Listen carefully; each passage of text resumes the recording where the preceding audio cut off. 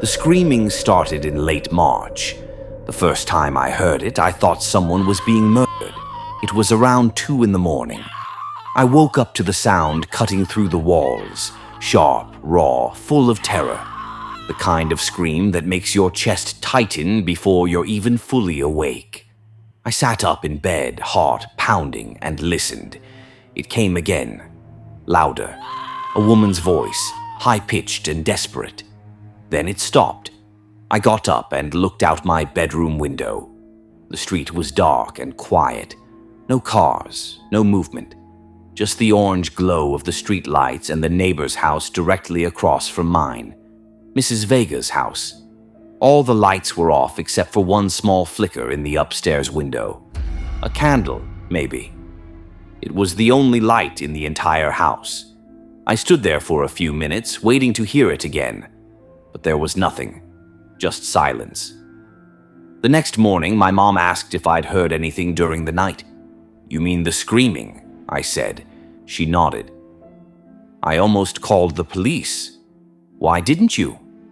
She shrugged. "I don't know. I wasn't sure if it was real or if I was dreaming. But it was real, and it happened again the next night. And the night after that. By the end of the first week, it had become a routine. Around 2 a.m., sometimes earlier, sometimes later, the screaming would start. It would last anywhere from 30 seconds to a few minutes. Then it would stop, and the house would go silent again. Mrs. Vega lived alone. She was in her 60s, I think. Thin, gray hair. I'd seen her a few times over the years, usually in her front yard pulling weeds or bringing in groceries. She never talked to anyone, never waved, just kept to herself. My mom said she'd lived there for decades, long before we moved in. "Do you think she's okay?" I asked one morning. My mom frowned. "I don't know. Maybe she has nightmares." "Every single night?" She didn't have an answer. My dad thought we should call the police. He said it wasn't normal, that something was clearly wrong. But my mom didn't want to make a scene. She said maybe Mrs. Vega had dementia or some kind of mental illness, and calling the cops would just make things worse. "What if she needs help?" I said. "Then she should ask for it," my mom replied. But Mrs. Vega never asked for help. She just screamed. I started staying up later just to see if I could figure out what was happening. I'd sit by my window with the lights off, watching her house. Every night, that single candle would be burning in the upstairs window. Always the same window. Always just one candle. No other lights, no TV glow, no phone screens. Just that one tiny flame. And then the screaming would start. Sometimes it sounded like words, but I could never make them out. Sometimes it sounded like sobbing. Most of the time, it was just raw, primal terror. Other neighbors noticed too. Mrs. Delgado from next door mentioned it to my mom at the grocery store. She said her husband wanted to go over there and check on Mrs. Vega, but she told him not to. "It's not our business," she'd said. But it felt like our business. How could it not? We heard it every single night. One night in early April, I woke up to a different sound. Not screaming, banging. It was coming from Mrs. Vega's house. Loud, rhythmic thuds like something heavy being dragged across the floor, or someone pounding on the walls from the inside. I looked out the window. The candle was still there, flickering in the darkness. The banging stopped. Then the screaming started again. But this time it sounded different, weaker, raspy, like her voice was giving out. It lasted maybe 20 seconds. Then silence. I almost called 911 right then. My hand was on my phone, but I didn't. I told myself I was overreacting, that maybe she just dropped something, that maybe she was fine. I didn't sleep the rest of that night. By mid-April, the screaming had become so routine that I barely woke up for it anymore. It was just part of the background now, like traffic noise or a dog barking. Terrible, but normal. My mom stopped talking about it. My dad stopped suggesting we call the police. Even Mrs. Delgado stopped bringing it up. We all just accepted it. And then, one night, it stopped. I didn't notice at first. I'd fallen asleep around midnight and slept straight through until morning. It wasn't until I was eating breakfast that I realized I hadn't heard anything. "Did you hear the screaming last night?" I asked my mom. She paused. "No, actually I didn't." We looked at each other. "Maybe she finally got some sleep," my dad said. But it didn't feel right.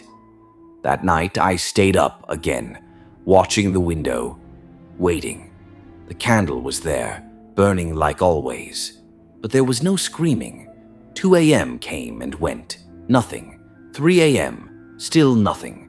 I finally went to bed around 4, uneasy in a way I couldn't explain.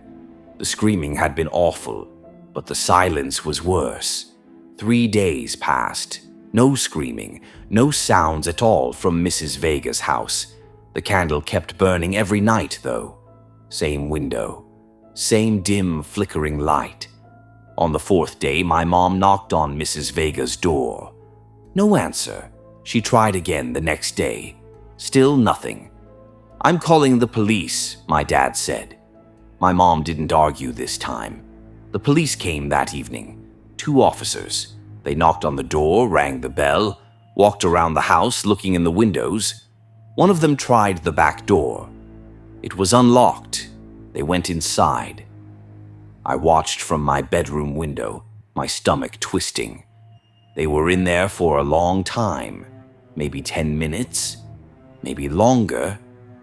When they came out, one of them was on his radio. The other one looked pale. Within an hour, there were 6 police cars on our street, then an ambulance, then a van I didn't recognize. My mom went outside to ask what was happening. An officer told her to go back inside. We watched from the living room window as they brought someone out on a stretcher. The body was covered with a white sheet. Mrs. Vega. But she'd been dead for days. The coroner said she died of natural causes. A heart attack, probably. Alone in her bed. They found the candle still burning in the window. It had been burning the entire time. One of those big, long-lasting ones that can go for weeks. My mom cried when she heard. She said she should have checked on her sooner. That we all should have. But that wasn't the part that kept me up at night. It was what the officer said when my dad asked about the screaming. "Screaming?" the officer had repeated. "There was no one else in the house," my dad explained. Told him about the screaming every night for weeks. How we'd all heard it. The officer frowned. "When did you last hear it?" 4 days ago. The officer looked back at the house, then back at my dad. "Ma'am," he said quietly, "according to the coroner, she'd been dead for at least a week." We moved out 3 months later. I still don't know what we heard every night. I still don't know who was screaming. But I know one thing. When I looked out my window that last night before we left, I saw it again. The candle. Burning in the upstairs window. In the house where no one lived anymore.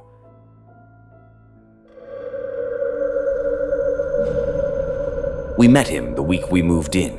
His name was Gary. Mid-50s. Lived 2 houses down in a beige ranch with a perfectly mowed lawn. He came over while my wife and I were unloading the moving truck. "Need a hand?" he asked. We said no thanks, we were almost done. But he stayed anyway, stood there at the end of the driveway, hands in his pockets, watching us carry boxes inside. "Nice place," he said. "I looked at this house before you guys bought it. Couldn't quite afford it, though." It was a weird thing to say. My wife and I exchanged a glance but didn't respond. He didn't leave for another 20 minutes. At first, we thought he was just lonely. He lived alone, divorced, no kids, and worked from home doing something with computers. He didn't have many friends on the street. Maybe he just wanted someone to talk to. But then he started showing up. A lot. He'd be in his driveway when I left for work in the morning, always waved, always shouted something across the yard. "Have a good day at the office. Must be nice having a job like that. Wish I made that kind of money." I never told him what I did for a living. My wife noticed it too. She worked from home, and Gary would knock on the door at random times during the day. Always had an excuse. Needed to borrow a tool. Wanted to ask about the garbage schedule. Saw a package on our porch and thought he'd let us know. "He's just being neighborly," she said. But she started locking the door during the day after that. One Saturday in June, we were having a barbecue in the backyard. Just us and a few friends. We didn't invite Gary. We barely knew him. But halfway through the afternoon, he walked around the side of the house into the backyard. "Hey guys," he said, grinning. "Smells great back here. Thought I'd stop by." Everyone went quiet. My wife looked at me. "Oh," I said. "Hey, Gary. We're just having a few people over." "I can see that," he said. He walked up to the grill and looked at what I was cooking. "Burgers and hot dogs. You should try brats. Way better. I do brats all the time." He stayed for an hour. No one invited him to sit. No one offered him food. But he just stood there, inserting himself into conversations, laughing too loud at jokes that weren't funny. When he finally left, one of our friends asked, "Who the hell was that?" "Our neighbor," my wife said quietly. The next time he knocked, my wife didn't answer. She was home. I know because she texted me about it. He just knocked on the door 3 times. I'm not answering. He knows I'm here. My car's in the driveway. 20 minutes later, she texted again. He's still outside. He's just standing on the porch. I told her to call me if he didn't leave.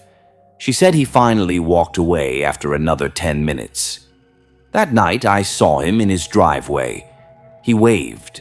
I didn't wave back. In July, things escalated. We were sitting in the living room one evening watching TV. The front door was locked. The windows were closed because we had the AC on. There was a knock.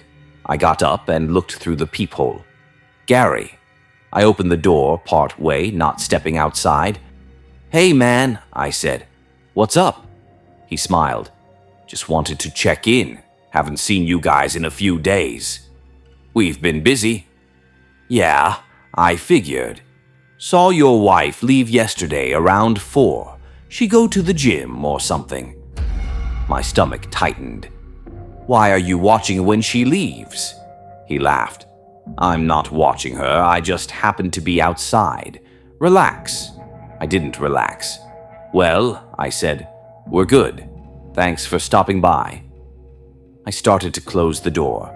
He put his hand on it. "Actually," he said, "I wanted to talk to you about something." "Can it wait?" "It'll just take a second." I didn't want to let him in, but I also didn't want to make things worse. So I stepped outside and closed the door behind me. He told me some long story about a tree on his property and how he thought it might be leaning toward our yard. I barely listened. I just wanted him to leave. When I finally went back inside, my wife asked what he wanted. "Nothing," I said. "Just Gary being Gary." But I started locking the door even when we were home. In August, he stopped knocking. He just started showing up. One morning, I was taking the trash out, and he was standing at the end of my driveway. Not his driveway. Mine. "Morning," he said. "Morning. You guys doing anything this weekend?" "Not sure yet." "Let me know if you need help with anything. I'm around." I didn't respond, just went back inside. My wife said he'd been standing near our mailbox the day before, just standing there. When she asked if he needed something, he said no. Said he was just getting some air. Our mailbox is 20 feet from his house. Then, one afternoon in late August, it happened. I was working from home. My wife had gone to the store. I was upstairs in the office when I heard the front door open. I froze. "Hello?" I called out. Footsteps, slow, casual. "It's just me," Gary's voice called back. I came downstairs. He was standing in our living room, not near the door. In the middle of the room, like he'd been there before. "What the hell are you doing?" I said. He looked surprised. "Oh, sorry. I knocked, but no one answered. Door was unlocked, so I thought I'd just come in and wait." "You can't just walk into someone's house." "I didn't think it was a big deal. We're neighbors." "Get out." He held up his hands. Okay, relax. I was just trying to be friendly." He left, but he didn't seem embarrassed. He seemed annoyed, like I was the one being unreasonable. I locked the door behind him and checked every window in the house. The door hadn't been unlocked. I know because I'd locked it myself an hour earlier. I always lock it, which means he had a key, or he'd unlocked it somehow. My wife came home 20 minutes later. I told her what happened. She went pale. "He was inside?" "Yeah. We need to call the police." We did. They came out, took a statement, said they'd talk to him. They told us to keep our doors locked and install a security camera. We installed 3. The officer who talked to Gary said he seemed confused and claimed he thought the door was open, said he didn't mean any harm. But 2 days later, we checked the footage from the new cameras. He'd been on our porch 4 times that week, just standing there.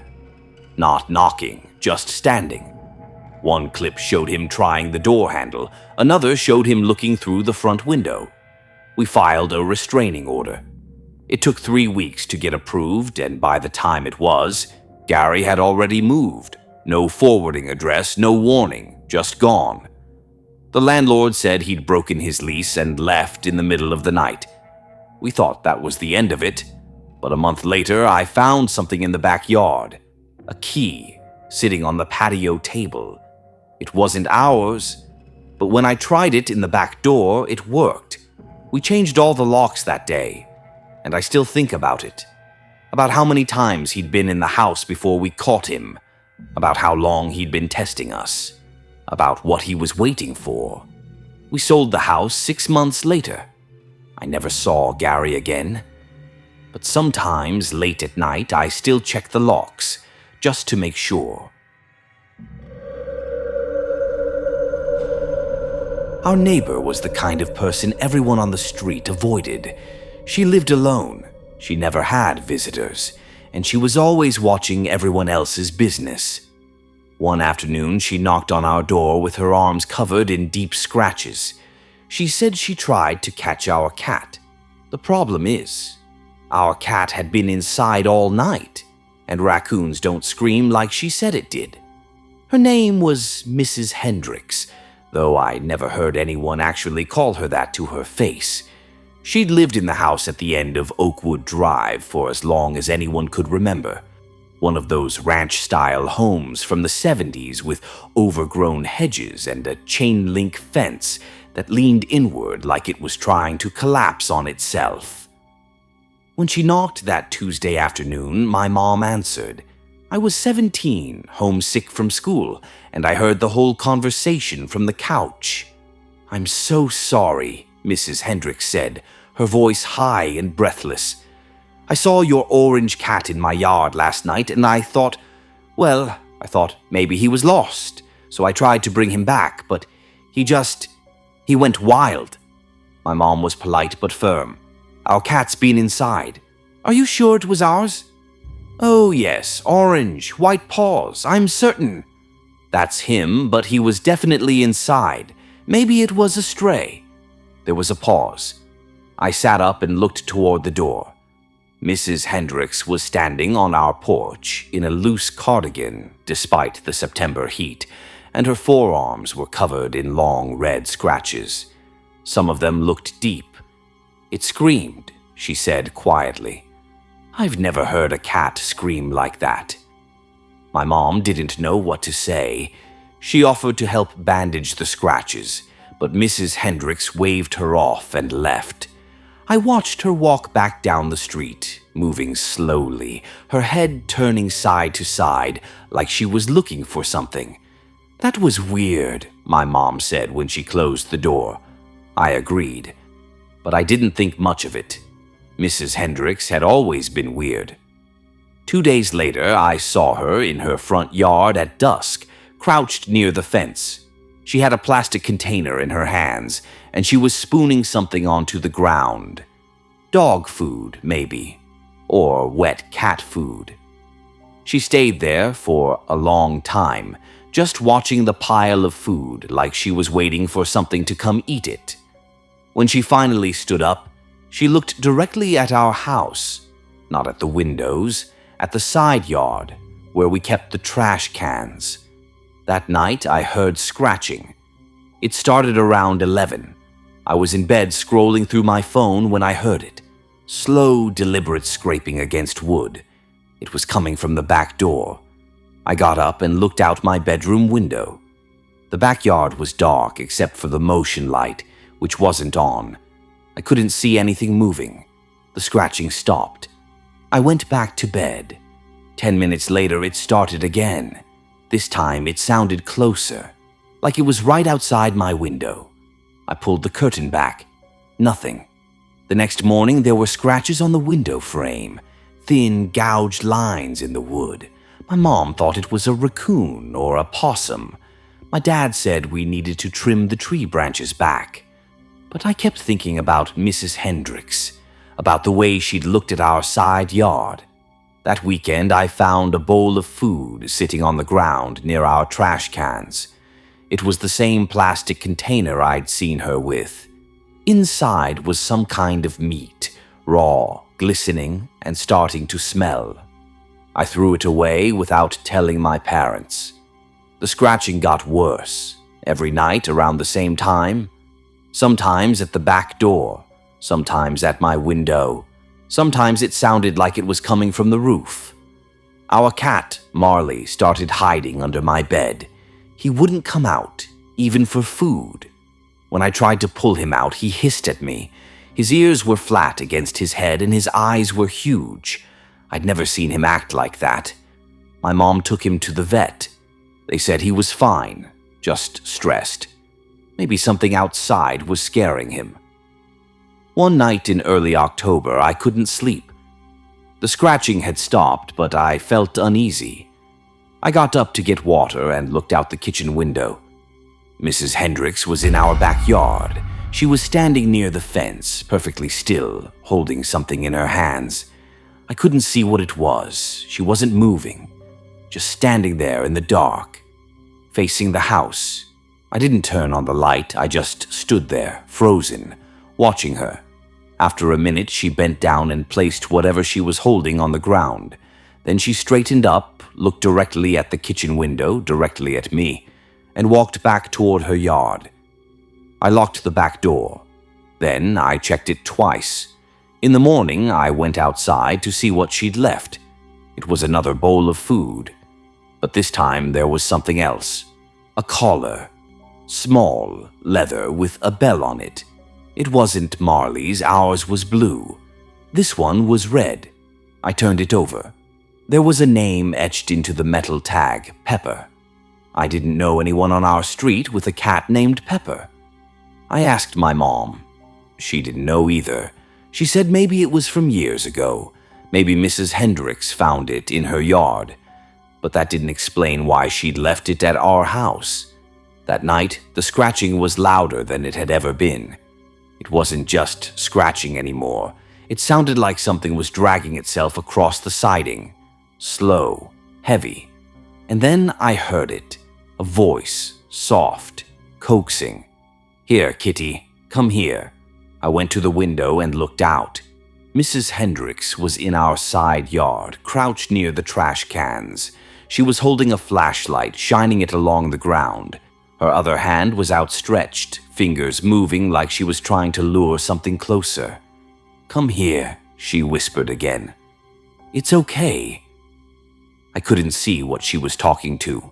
She turned the flashlight toward my window, and for a moment the beam hit my face.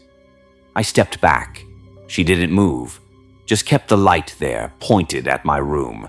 Then she turned it off and walked away. I locked my bedroom door that night. The next day, my dad found something in the side yard. Bones, small ones. Maybe from a bird or a squirrel, he said. But they were laid out in a line, almost like someone had arranged them. He threw them away and said we needed to call animal control. But we didn't. And the scratching kept happening. Every night. Every single night. Marley wouldn't leave my room anymore. He stopped eating. He just sat under the bed, staring at the door. Then, one night, it stopped. No scratching, no sounds, nothing. It was the first quiet night in weeks. I should have been relieved. But I wasn't. I felt like something was wrong. The next morning, I looked out my window and saw Mrs. Hendricks in her front yard. She was smiling. Actually smiling. I hadn't seen her smile in the entire time we'd lived there. She waved at me. I didn't wave back. That afternoon, another neighbor knocked on our door, Mrs. Patterson from 3 houses down. She looked upset. "Have you seen Milo?" she asked my mom. "Our cat. He's been missing since last night." My mom said no, said she'd keep an eye out. Mrs. Patterson nodded, but she looked like she was about to cry. Someone said they saw him near Hendricks's house. She left. My mom closed the door. I went to my room and looked out the window. Mrs. Hendricks was in her yard again, crouched by the fence, spooning food onto the ground. But this time I could see what she was feeding. It wasn't a cat. It was too big. The wrong shape. And it moved in a way that didn't make sense. She looked up at my window, and she smiled again. That night, the scratching came back, but this time it wasn't outside. It was coming from inside my closet.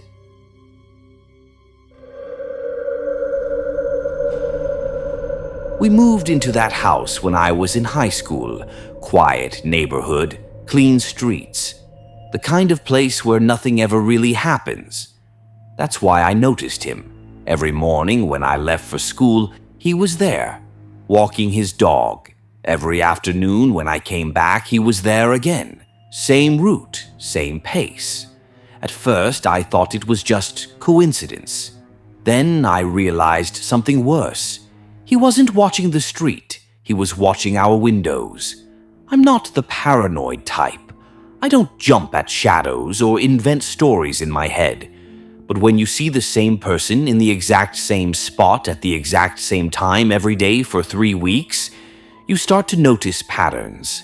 And this guy, mid-40s, maybe older, always in that faded blue windbreaker, had a pattern.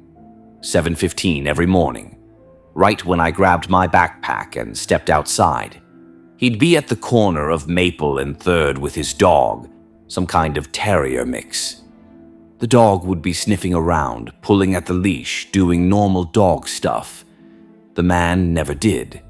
He just stood there, still, facing our house. At first I figured he was just zoning out. People do that.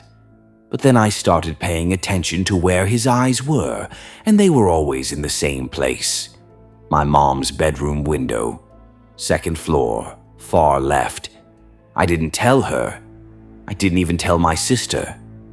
Saying it out loud made it sound stupid, like I was trying to turn a normal guy into something sinister. But it kept happening. 3:30 in the afternoon, I'd get off the bus and walk the 2 blocks home, and there he'd be again. Same corner, same dog, same blank expression. By mid-October, I started crossing the street just so I wouldn't have to walk past him. He never said a word to me. He never even looked at me. That somehow made it worse. My little sister, Emma, noticed him before I said anything.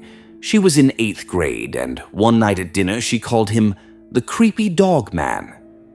My mom laughed and said we were both being dramatic. Everyone walks their dog. Everyone has routines. My dad worked nights, so most evenings it was just the three of us.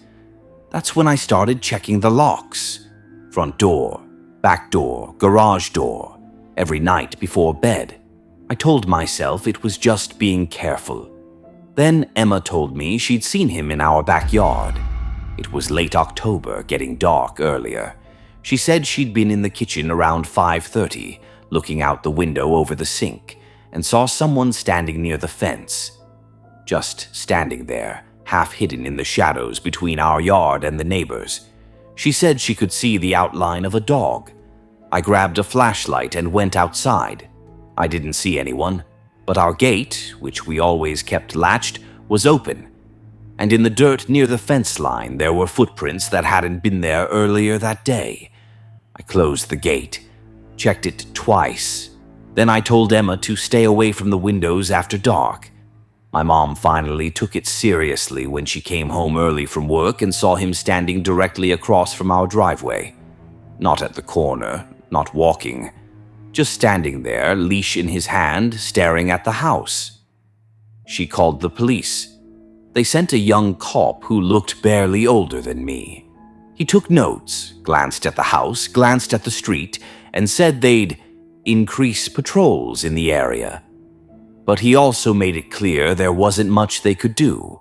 Walking your dog isn't a crime. Standing on a public sidewalk isn't a crime. Just keep your doors locked, he said. Call us if he tries to make contact.